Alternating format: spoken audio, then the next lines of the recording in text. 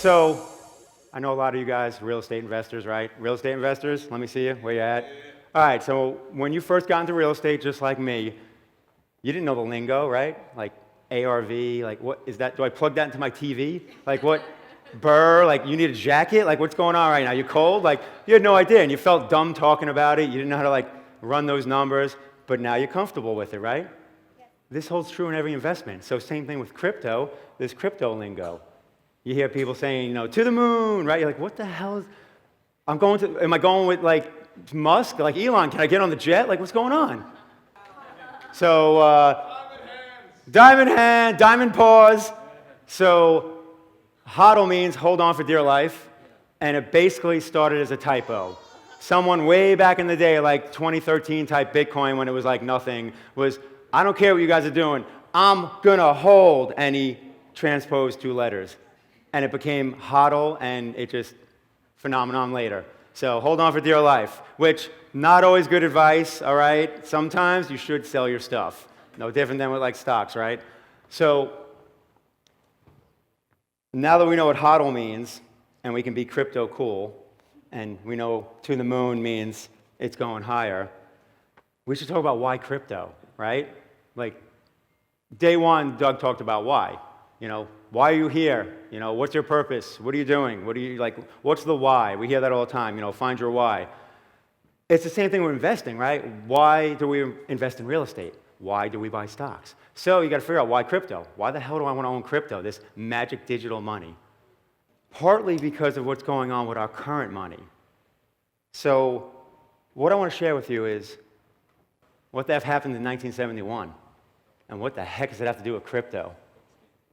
Does anyone want to guess what happened in 1971? Do I got any financial economic geeks in here besides me? My man. Boom, there it is. We got off the gold standard. So we think about money, right?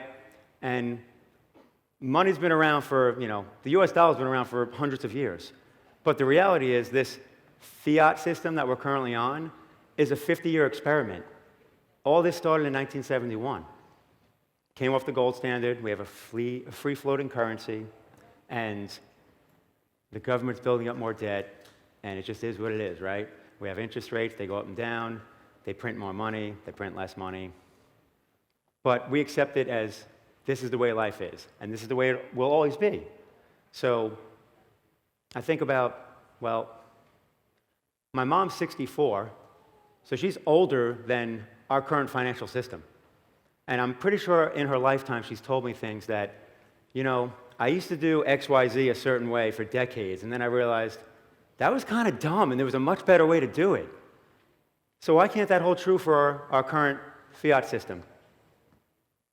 Why do we just accept that this is what it's always going to be? We got this US dollar, this piece of paper, and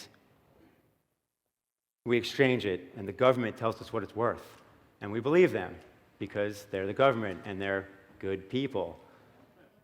But then we look at what happens. Oh my God, I just showed you guys a chart of economic data. I hate to do this to you guys. Who's the 9-to-5ers? Who's got the day jobs? All right, so look at the chart. Don't get sad.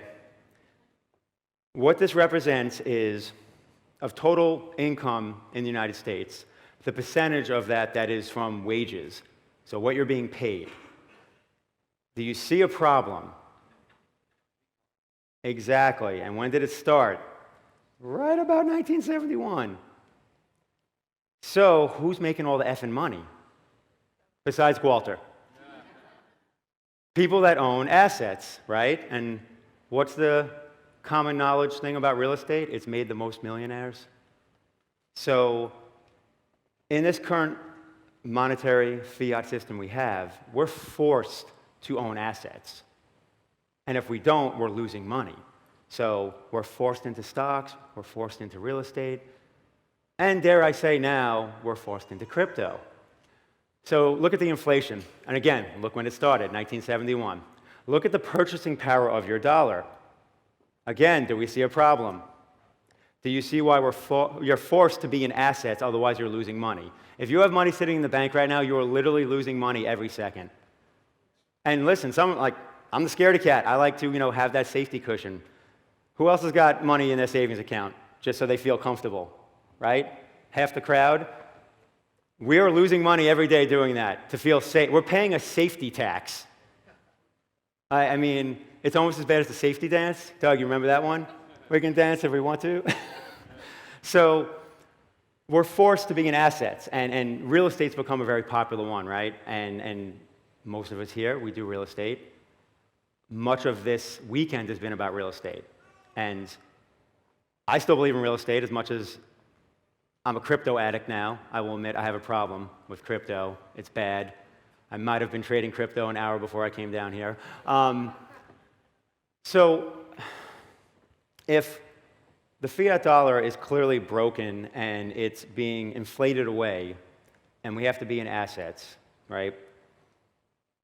What's wrong with being in a new asset that's not real estate, not stocks, especially an asset that is in a new industry that is just growing and there's opportunity? Think about the gold rush. You remember like picks and shovels, right? And early investors, and then after that it became just the greater fool theory, right? Like when all the easy gold was already mined, then it was everyone else, and the only people that made the money was the dude selling the shovel. All the people that came in the seventh inning of the stretch there were digging and finding a whole lot of nothing. So with crypto, we're still in the very early innings. Bitcoin was created 10 years ago, a little over 10 years ago. A lot of you guys might have heard about decentralized finance, right? That was created literally a year ago. So we are still early. We're so early. And a lot of people ask me, oh, should I invest in crypto? And I was just like, dude, you realize how early it still is? Like, remember in 1991 when someone was just like, the hell is email? I'm going to send you a freaking email. How would I do that for? And now no one uses regular mail.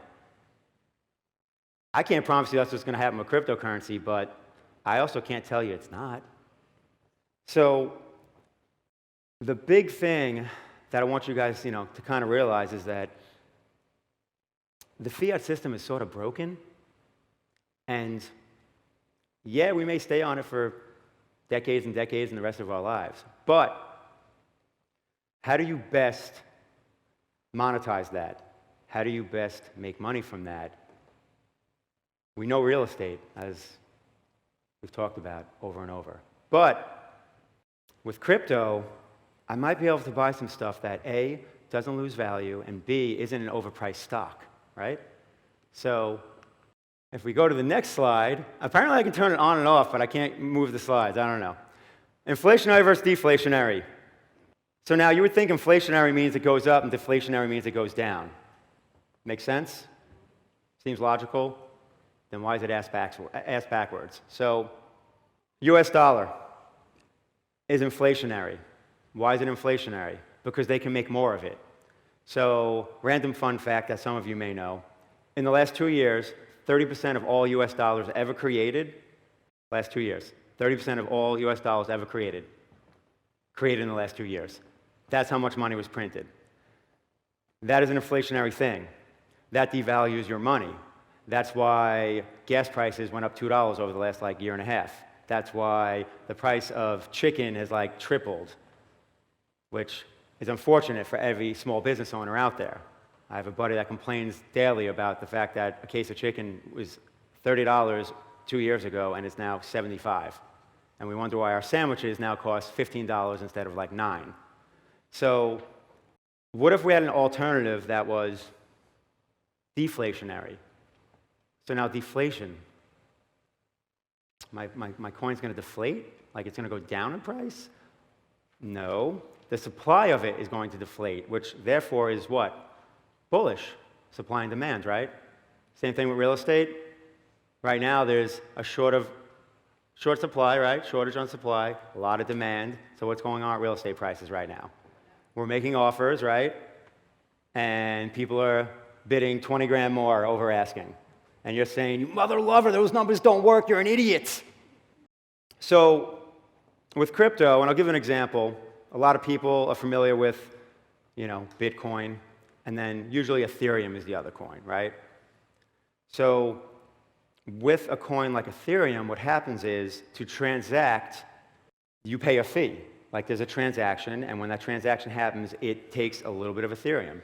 And that Ethereum is essentially burned. It goes away.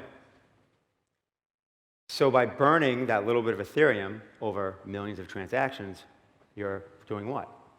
Reducing the supply. Deflation. So by reducing the supply, you're creating what? Upward pressure, because now you have demand and less supply. It seems so freaking simple and boring, but it makes all the difference. Because unlike the US dollar, you just can't make as much as you effing want. And you can't see your buying power just disappear. It's magic. So that little fact is something I love to share with everyone, when I talk about crypto, because man, if I ain't annoyed every time the Fed turns on the printer again, and I'm just like, dude, seriously? Stocks are going to go up again, but that's not cool when you're devaluing my dollar. My money's worthless. I have to be in assets. I'm forced to be in assets. I'm not allowed to keep money in the bank because I will lose effing money. So where can I put it? Well, I can put it in crypto. Why not? So we said earlier, what was it? What makes the most millionaires in America? Real estate. Although there's an argument that apparently insurance might be the winner. This is new revelations. Me and Walter have been arguing about this. Granted, it was an insurance guy that we heard this from, so slightly biased. So, even worse. So, real estate built the most millionaires in America. Makes sense, especially as the real estate industry has evolved over the decades, right? And the price of real estate has gone up due to what? Inflation. I guess thank you, US government. Unless you're someone that didn't own real estate, then you basically just got screwed.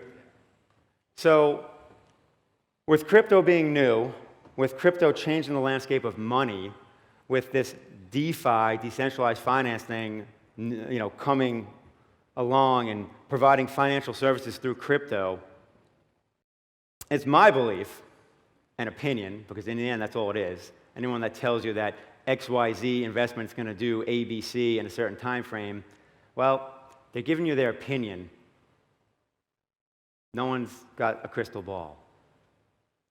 But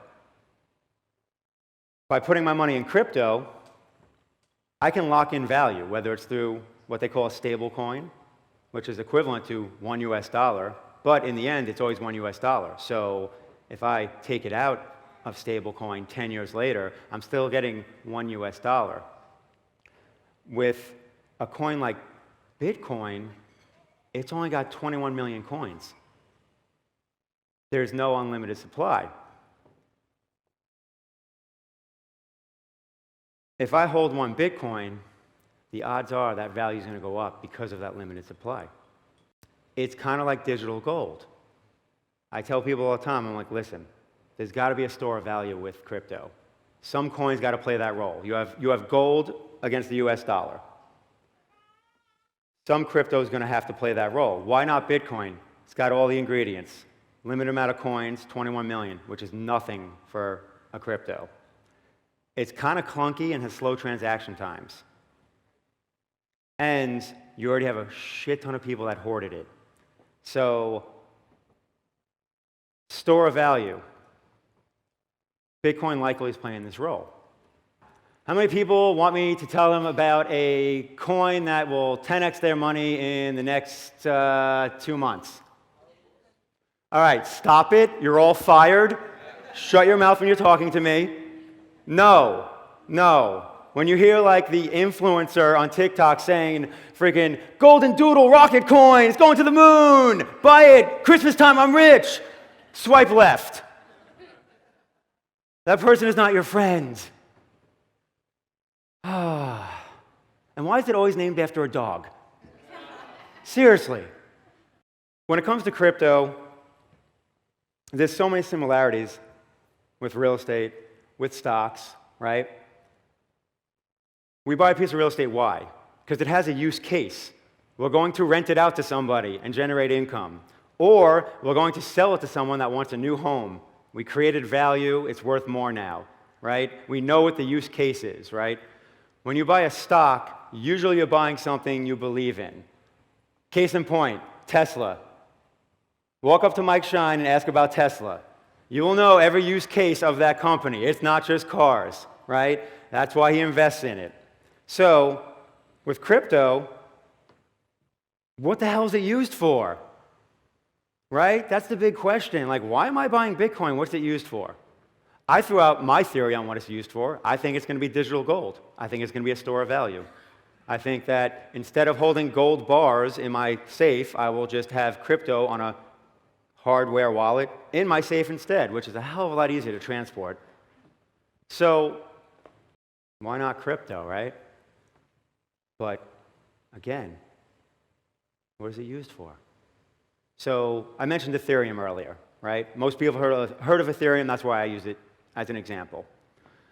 On Ethereum, there's something called smart contracts. We're not going to get into what a smart contract is because that's going to take an hour and a half. Just know that it's basically a digital document that does all the work for you. It puts the language of what needs to happen in a given transaction, and it performs it for you as each step, each milestone is triggered, right? Instead of a human being actually doing it. So that makes for a good use case for Ethereum because people build projects on top of it. You have a blockchain, you have projects on top of it. You can do anything you want on it. You could actually create a title service, and you could put real estate title on the blockchain, and then Mike Shine might be out of business, and that would suck. But it would make life a lot easier and a lot cleaner and also a lot cheaper, because you're eliminating the middleman, which is what the internet did, right? I mean, think about it. Before Amazon was around, there was a lot of shit you had to buy through a middleman. Think about even like cars. You're buying cars direct now, and they drop them off at your freaking house. What about TripAdvisor? Travel. You keep naming travel companies, not car companies. It's all the same. TripAdvisor, give Walter a good rating. He took us to Orlando. I don't have my affiliate link yet. Wait. So anyway, again, in the end, it's my opinion that crypto is going to create millionaires. And dare I say, 50 years from now, I think it might make the run at the title that real estate has right now, because it's an industry that's changing our economy right now. It's, we had the Industrial Revolution, right? And then we had the digital revolution that started in the 1990s. It started with the internet, right? And then essentially we got kind of that second coming of the internet, like Web 2.0 with smartphones and everything. And now you hear within the crypto community, the conversation, they talk about Web 3.0. And that is all of this crypto stuff. Blockchains, smart contracts, projects running on blockchains using smart contracts, right? This is the new economy, and it's just gotten started. And to the everyday folk, it's like, okay, what is this internet magic? But once you actually get involved in it, you're like, holy shit, legacy financing is effed. Like, I don't have to go to the bank and fill out 25 papers and wait 3 weeks to get an answer from them. Like, I can literally just get a loan from someone in like Germany by putting up some crypto as collateral, and it's done in about 30 seconds. That's not real. Like that, how does that work? There's no way. And this is the beauty of it. It's all peer-to-peer. Maybe you have a website facilitating it, right? But there's no middleman. There's no central authority. And that's the biggest thing about cryptocurrency. The word I want you to remember the most, decentralized. You're taking out the middleman. You're taking out the central point of failure.